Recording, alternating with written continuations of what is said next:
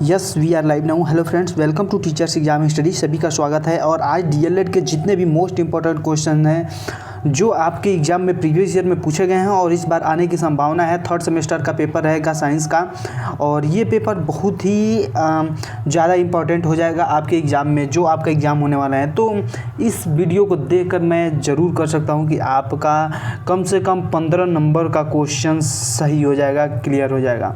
तो दोस्तों वीडियो बने रहिएगा, वीडियो को लाइक शेयर जरूर कर दीजिएगा और हाँ, चैनल को सब्सक्राइब जरूर करिएगा। अगर आप शिक्षा विभाग से रिलेटेड जानकारी चाहते हैं, UP TET C TET DElEd की तैयारी करना चाहते हैं तो हमारे साथ जरूर जुड़िए। यहाँ पे फर्स्ट क्वेश्चन से देखते हैं बिना टाइम वेस्ट किए, और आपको जब मैं ज़रूर कहूँगा कि ये वीडियो आपको कैसा लगा है आप नीचे कमेंट बॉक्स में अपनी राय ज़रूर दें। चलिए फर्स्ट क्वेश्चन देखते हैं कि जो पानी का क्वथनांक होता है वो कितना होता है। तो जो पानी का क्वथनांक होता है वो कितना होता है, 100 डिग्री सेल्सियस। दोस्तों यहाँ पे सारे क्वेश्चंस को हम क्वेश्चन जो होता है उसके सारे आंसर्स को नहीं पढ़ेंगे जो इसमें विकल्प दिया गया है। मैं डायरेक्ट आंसर को पढ़ूंगा, आंसर को बताऊंगा। तो दोस्तों वीडियो पे बने रहिएगा, लाइक शेयर जरूर ठोकिएगा। चलिए नेक्स्ट क्वेश्चन है कि वर्फ का जो गलनांक होता है वो क्या होता है। तो जो वर्फ का गलनांक होता है वो 0 डिग्री सेल्सियस होता है, यानी 0 डिग्री जब सेल्सियस हो जाएगा तब ये बर्फ जो होता है, पानी जो होता है बर्फ के रूप में बन जाता है। चलिए नेक्स्ट क्वेश्चन है ऊष्मा का संचरण कितनी विधियों द्वारा होता है। तो जो ऊष्मा का संचरण होता है वो 3 विधियों के द्वारा होता है। मात्र 3 विधियों के द्वारा ही ऊष्मा का संचरण होता है। यह एक फास्ट रिवीजन रहेगा और इस फास्ट रिवीजन को देके आप कम से कम 15 नंबर के क्वेश्चन सही कर सकते हैं। तो आप लाइक शेयर जरूर करिएगा, चैनल को सब्सक्राइब करिएगा। यहाँ पे नेक्स्ट क्वेश्चन है कि ऊष्मा का सुचालक है जिसमें जो होता है ऊष्मा प्रवाहित हो सकता है। तो आप बताइए ऊष्मा का सुचालक कौन सा है। तो लोहा, एल्यूमिनियम, तांबा, तो ये सभी हो जाएगा। सभी में जो है ऊष्मा बहती है, यानी अगर लोहे में अगर ऊष्मा को कर दिया जाए तो आपको करंट मार सकता है। तो ये तीनों चीज़ें हो जाएंगी। चलिए ऊष्मा का कुचालक है। ऊष्मा का कुचालक का मतलब ये होता है कि किसमें ऊष्मा प्रवाहित नहीं हो सकती है। तो हवा, ऊन, पॉलीथीन, तो या ये सभी। तो इसका आंसर जो हो जाएगा डी, इन सभी में जो है ऊष्मा नहीं प्रवाहित हो सकती है। नेक्स्ट क्वेश्चन है कि प्रकाश का संपूर्ण महत्वपूर्ण स्रोत क्या होता है। तो प्रकाश का जो महत्वपूर्ण स्रोत होता है वो क्या होता है आपको बताना है। लकड़ी, गैस, नमक या सूर्य। तो जो प्रकाश का महत्वपूर्ण स्रोत होता है वो आपका हो जाता है सूर्य। सन जो होता है वो प्रकाश का सबसे बड़ा स्रोत होता है। नेक्स्ट क्वेश्चन है कि प्रकाश के प्राकृतिक स्रोत कौन कौन से हैं। तो सूर्य, तारे, जुगनू या ये सभी। तो जो प्रकाश का प्राकृतिक स्रोत होता है वो क्या होता है, सूर्य होता है। तारे भी होते हैं, जुगनू भी होता है। तो इसका आंसर जो हो जाएगा वो डी सही हो जाएगा। इसका आंसर क्या होगा, डी सही हो जाएगा। ये आंसर डी सही हो जाएगा। चलिए दीप्त वस्तुएं नहीं हैं। दीप्त वस्तुएं नहीं हैं, आपको बताना है क्या नहीं है। दीप्त वस्तुएं क्या नहीं हैं। तो दर्पण, सूर्य, जलती हुई मोमबत्ती या लालटेन। तो जो दीप्त वस्तुएं नहीं है उसकी बात कर रहा है। तो ये दर्पण जो होता है वो दीप्त वस्तुएं नहीं होता है, लेकिन सूर्य, जलती हुई मोमबत्ती और लालटेन ये तीनों दीप्त वस्तुएं होती हैं। चलिए नेक्स्ट क्वेश्चन है कि वे वस्तुएं जो स्वयं प्रकाश उत्पन्न करती है क्या कहलाती है। दीप्त वस्तुएं, अदीप्त वस्तुएं, दोनों या कोई नहीं। तो जो वस्तुएं प्रकाश को उत्पन्न करती हैं उसे हम लोग क्या कहते हैं, दीप्त वस्तुएं कहते हैं। चलिए यहाँ पे नेक्स्ट क्वेश्चन है कि कार, बस, ट्रक के चालक के पास दाईं ओर एक दर्पण लगा रहता है। उसकी सहायता से चालक अपने पीछे की ओर देखता है और सतर्क करता है। यह दर्पण कौन है। सबसे पहले मैं आपको बता दूं कि जो कोई भी चालक होता है उसके एक बाएं तरफ और एक दाहिने तरफ दो टाइप के जो है दर्पण लगे होते हैं। तो इसमें पूछ रहा है जो दाएं तरफ दर्पण लगा होता है उसमें कौन सा लेंस लगा रहता है। तो उसमें जो है उत्तल लेंस लगा रहता है। दाहिने तरफ कौन सा लेंस लगा रहता है, उत्तल लेंस लगा रहता है। यहाँ पे नेक्स्ट क्वेश्चन पूछ रहा है कि विज्ञान और प्रौद्योगिकी में कौन सा संबंध है। सामान्य है, घनिष्ठ है, अल्प है या अति अल्प है। तो जो विज्ञान और प्रौद्योगिकी में संबंध है वो कौन सा है, घनिष्ठ संबंध होता है। आधुनिक ईंधन क्या है, लकड़ी, मिट्टी का तेल, एलपीजी, पेट्रोल या ये सभी। तो जो आधुनिक ईंधन है वो क्या है, वो एलपीजी ही है। आधुनिक ईंधन किसे कहते हैं हम लोग, एलपीजी को आधुनिक ईंधन कहते हैं। मनोरंजन के साधन कौन सा है, वीडियो गेम, कंप्यूटर, टेलीविज़न या ये सभी। तो जो मनोरंजन के हमारे साधन होते हैं ये तीनों एक मनोरंजन के साधन है। तो इसका आंसर जो हो जाएगा डी सही होगा। स्वस्थ मनुष्य के शरीर में जो तापमान होता है वो कितना होता है? तो स्वस्थ मनुष्य के शरीर में जो आपका तापमान होता है 37 डिग्री सेल्सियस तापमान होता है, जिसे हम लोग 98.6 फ़ारेनहाइट भी कहते हैं। चलिए यहाँ पे नेक्स्ट क्वेश्चन है, ऊष्मा की मात्रा किस पे निर्भर करती है? वस्तुओं के द्रव्यमान पे, तापांतर पे, विशिष्ट ऊर्जा पे, या ये सभी? तो जो वस्तु होती है उसकी मात्रा निर्भर करती है इन तीनों चीज़ों पे। वस्तु के द्रव्यमान, तापांतर और विशिष्ट ऊष्मा तीनों पे निर्भर करती है। तो इसका आंसर डी सही हो जाएगा। चलिए, विशिष्ट ऊष्मा का सूत्र क्या होता है? तो विशिष्ट ऊष्मा का जो सूत्र होता है Q = mst होता है। Q = mst होता है। चलिए यहाँ पे नेक्स्ट क्वेश्चन है कि जल के द्रव में बदलने की जो क्रिया होती है वो क्या कहलाती है? वाष्पन, संघनन, ऊर्ध्वपातन, या इनमें से कोई नहीं? तो इसका आंसर जो हो जाएगा संघनन हो जाएगा। किसी द्रव को वाष्प में बदलने की क्रिया को क्या कहते हैं? तो अगर कोई द्रव है उसको हम लोग वाष्प में बदलने की क्रिया को क्या कहते हैं? वाष्पन कहते हैं। नेक्स्ट क्वेश्चन है कि ऊर्ध्वपातन की उदाहरण क्या है? कपूर है, नौशादर है, दोनों, या हीरा? तो जो ऊर्ध्वपातन होता है वो कपूर और नौशादर दोनों से होता है। तो इसका आंसर जो हो जाएगा डी सही हो जाएगा।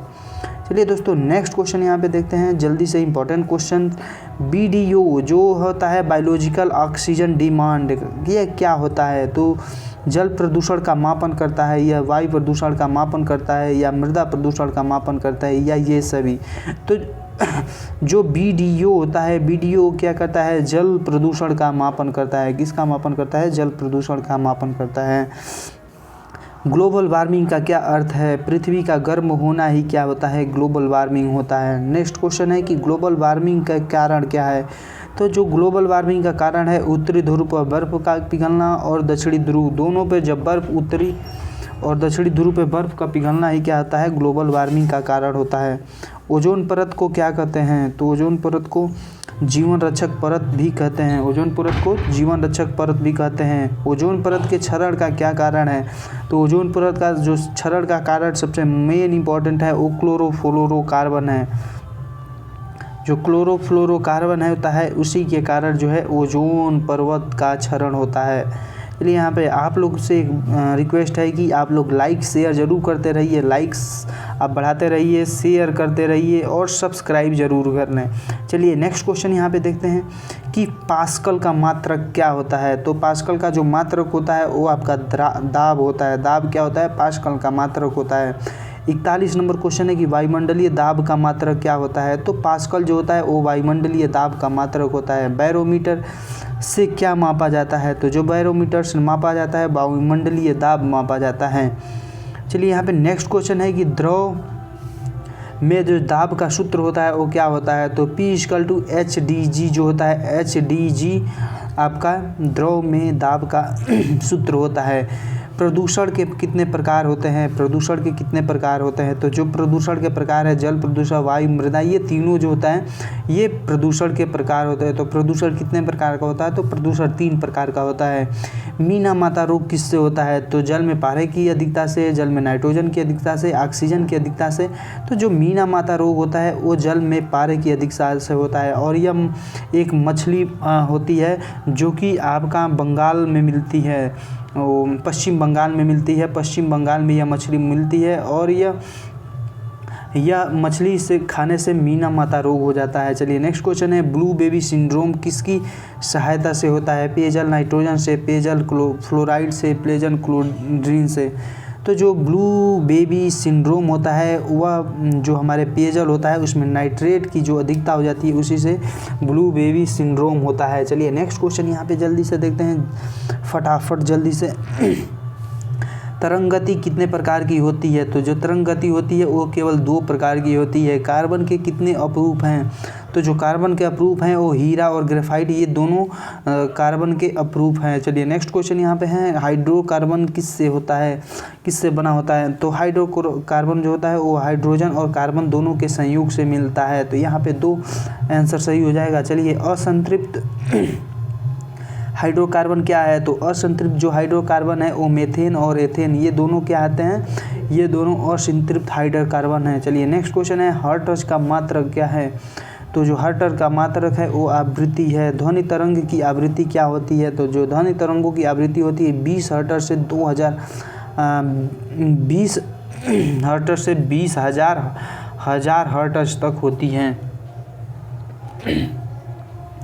यहाँ पे नेक्स्ट क्वेश्चन देख लेते हैं जल्दी से कि एल्कीन का जो उदाहरण है वो क्या है। तो एल्कीन का जो उदाहरण है वो आपका एथिलीन होता है। और एल्काइन का उदाहरण क्या है, तो एल्काइन का एसिटिलीन होता है।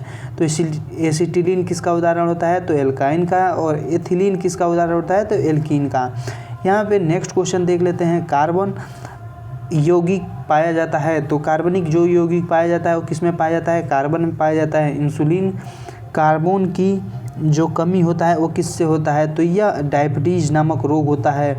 ध्वनि की तीव्रता किससे मापी जाती है, तो ध्वनि की जो तीव्रता होती है वो डेसिबल में मापी जाती है। यहाँ पे पर्यावरण दिवस की बात कर रहा है, कब मनाया जाता है, तो 5 जून को पर्यावरण दिवस मनाया जाता है। एसिटिलीन का रासायनिक सूत्र क्या है, तो एसिटिलीन का जो रासायनिक सूत्र है C2H2। C2H2 जो होता है वो एसिटिलीन का रासायनिक सूत्र है। यहाँ पे नेक्स्ट क्वेश्चन है कि जब वस्तु अवतल दर्पण के मुख्य फोकस की वक्रता केंद्र की आधी हो जाती है तो वह कौन सा प्रतिबिंब बनता है। तो उसमें जो प्रतिबिंब बनता है वो सीधा बनता है, वास्तविक बनता है और वस्तु से बड़ा बनता है। और वस्तु जो होती है इससे ये बड़ा बनता है। चलिए नेक्स्ट क्वेश्चन, हरित लवक रहित पौधे के जो समूह होते हैं उसे हम लोग क्या कहते हैं, तो जो हरित लवक पौधे के जो समूह होते हैं उसे हम लोग क्या कहते हैं, कवक कहते हैं। किसी वस्तु द्वारा प्रति सेकेंड किए गए कंपनों की संख्या को क्या कहते हैं, तो इसे हम लोग आवृत्ति कहते हैं। वायुदाब किस पे आरोपित होता है, तो वायुदाब जो होता है वो चारों दिशाओं में आरोपित होता है। जो वायुदाब होता है वो चारों दिशाओं, उत्तर पूर्व दक्षिण पश्चिम, ये चारों दिशाओं में जो होता है वायुदाब आरोपित होता है। पूर्व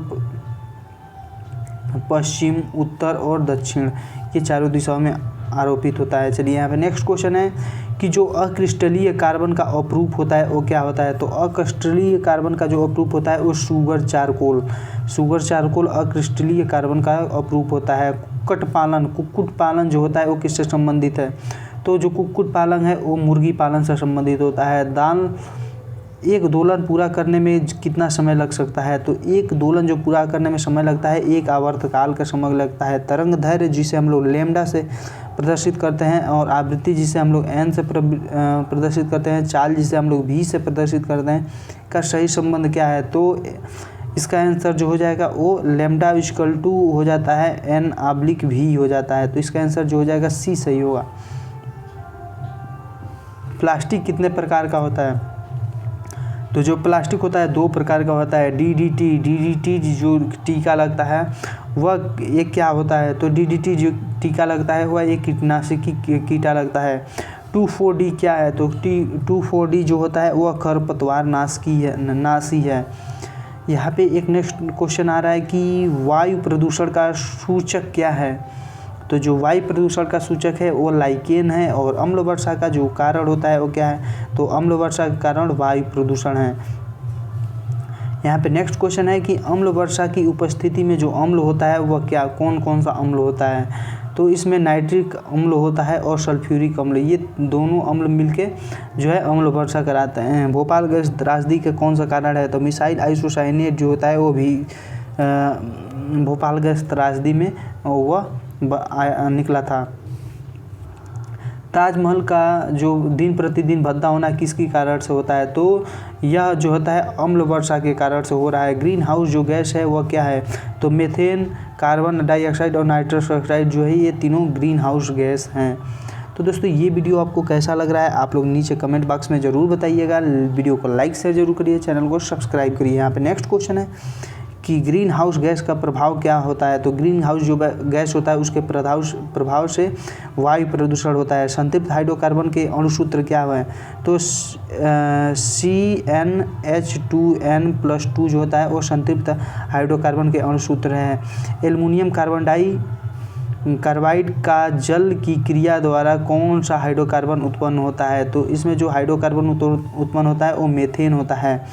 यहाँ पे नेक्स्ट क्वेश्चन है कि कौन सा सूत्र एल्केन को प्रकट करता है, तो जो एल्केन को प्रकट करता है C2H6 जो होता है वह एल्केन को प्रकट करता है। कच्चे फलों को पकाने के में कौन सा सहायक होता है, तो एथिलीन जो होता है एथिलीन जो होता है वह कच्चे फलों को पकाने में प्रयुक्त होता है। यूरिया का जो संश्लेषण होता है वह किस में होता है, तो जो यूरिया का संश्लेषण होता है वो हमारे वृक्कों में होता है। वृक्कों का कार्य क्या है?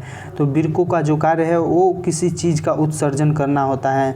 यहाँ पे नेक्स्ट क्वेश्चन 86 से हम लोग देखते हैं कि विलियम हार्वे किसकी खोज के लिए प्रसिद्ध हैं? तो जो विलियम हार्वे है वह रक्त परिसंचरण की खोज के लिए जो है वह जाने जाते हैं। यहाँ पे नेक्स्ट क्वेश्चन है कि निम्न में से पूरे शरीर को रक्त की आपूर्ति हृदय करता है, वह किसकी सहायता से करता है? तो वह जो सहायता से करता है वह धमनियों की सहायता से करता है। ग्लाइकोलाइसिस कितने एटीपी अणुओं के लाभ होता है? तो ग्लाइकोलाइसिस से जो होता है वो 2 अणुओं के लाभ होता है। एटीपी क्या है? तो एटीपी जो है वह एक अणु जिसमें उच्च ऊर्जा और फास्फोट का बंधन होता है। विषाणु शब्द क्या है? तो विषाणु शब्द जो है यह एक लैटिन भाषा का शब्द है। यहाँ पे नेक्स्ट क्वेश्चन है कि बैगन की छोटी पत्ती का रोग किसके द्वारा होता है? तो यह जो रोग होता है वह माइकोप्लाज्मा के द्वारा होता है। एड्स क्या है? तो एड्स जो है वह क्या है? एक विषाणु होता है। केल्विन पैमाने पर पानी का क्वथनांक क्या होता है? तो इसमें जो पानी का क्वथनांक होता है 373 K होता है। यहाँ पे नेक्स्ट क्वेश्चन है कि एक वस्तुओं का ताप 63 डिग्री सेल्सियस है, तो केल्विन पैमाने पर यह अंतर होगा। तो यह जो अंतर होता है वह 63 केल्विन का भी ही अंतर होगा, कोई अंतर नहीं होगा इसमें।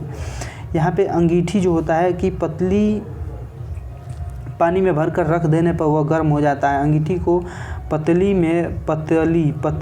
होगा, ये पतेली में रखकर भर देने पर उसमें गर्म हो जाता है। तो ये क्यों गर्म होता है? क्या चालन या संवहन के कारण गर्म हो जाता है। यहाँ पे नेक्स्ट क्वेश्चन है कि अनुप्रस्थ तरंगों में 2 श्रृंगों के बीच की दूरी क्या होती है? तो इसमें 2 श्रृंगों के बीच की दूरी को हम लोग तरंग दैर्घ्य कहते हैं। BTC 2017 का पेपर है। यहाँ पे डॉक्टरी पैमाना में ताप मापने का विभाजन स्केल क्या होता है? तो इसमें जो विभाजन स्केल होता है वह 95 डिग्री फ़ारेनहाइट से लेकर 110 डिग्री फ़ारेनहाइट तक होता है। यहाँ पे नेक्स्ट क्वेश्चन है कि पेचिश नामक बीमारी में निम्नलिखित में से कौन सा सूक्ष्म जीव उत्तरदायी होता है? तो इसमें जो सूक्ष्म जीव होता है वह एंटोअमीबा हिस्टोलिटिका अम्ल होता है। यहाँ पे नेक्स्ट क्वेश्चन है कि किसी वस्तु को जल में पूर्णतः डुबोने पर उस पर लगने वाला उत्प्लवन बल जो होता है वह वस्तु के भार का कितना होता है? तो वो वस्तु के भार का जो होता है वह वस्तु के भार का आधा होता है। इसका मतलब क्या होता है कि वस्तु जो है सतह पर तैरने लगती है। चलिए नेक्स्ट क्वेश्चन है ऊष्माधारिता का मात्रक क्या होता है? तो ऊष्माधारिता का जो मात्रक होता है, ऊष्माधारिता का मात्रक जो होता है वह कैलोरी होता है। यहाँ पे नेक्स्ट क्वेश्चन है कि कंडुआ रोग जो होता है वह किस में लगता है? तो कंडुआ रोग किस में लगता है? तो ये गेहूं में लगता है, गेहूं में भी लगता है और धान में भी लगता है। तो कंडुआ रोग गेहूं और धान दोनों में लगता है। प्रतिजन जो होता है वह निम्नलिखित में से रुधिर कणिका के भित्ति में किस पर चिपकी रहती है? तो यह जो होता है लाल रुधिर कणिकाओं में चिपकी रहती है। यहाँ पे एकांक क्षेत्रफल की बात कर रहा है, इसमें लगने वाला अभिलंबोत बल को क्या कहते हैं? तो अभिलंबोत बल को हम लोग दाब कहते हैं। चीनी उद्योग में गन्ने के रस को रंगहीन बनाने के लिए प्रयुक्त किया जाता है। तो इसमें जो है जंतु चारकोल का प्रयुक्त किया जाता है। घड़े में रखा पानी किस विधि द्वारा ठंडा किया जाता है? तो इसमें जो है वह बाष्पन विधि के द्वारा ठंडा किया जाता है। यहाँ पे नेक्स्ट क्वेश्चन है कि एजुसेट क्या है? तो एजुसेट एक शैक्षिक उपग्रह होता है। पानी में पाए जाने वाला जो रंध्र होता है उसे हम लोग क्या कहते हैं? और यह किस पे पाया जाता है? तो इसे ऊपरी सतह पर पाया जाता है। चलिए यहाँ पे दाब का अधिक होना क्या होता है? तो दाब अगर अधिक हो जाएगा तो पैरों से खड़ा होना ही दाब का अधिक होना होता है। निम्नलिखित में से किस में कार्बन नहीं पाया जाता है? तो जो नमक होता है इसमें कार्बन नहीं पाया जाता है। तो दोस्तों ये था आज के सभी बहुविकल्पीय प्रश्न। ये वीडियो आपको कैसा लगा नीचे कमेंट बॉक्स में ज़रूर बताइएगा। वीडियो को लाइक शेयर ज़रूर करिएगा, चैनल को सब्सक्राइब करिएगा। और नेक्स्ट वीडियो में आप लोगों के लिए मैं सभी जो है इम्पोर्टेंट आपके जितने भी अति लघुत्तरी प्रश्न हैं अति लघुत्तरी प्रश्न को लाएंगे। तो मिलते हैं नेक्स्ट वीडियो में। लाइक शेयर ज़रूर करिएगा, चैनल को सब्सक्राइब करिएगा। चलिए नमस्कार, जय हिंद, जय भारत।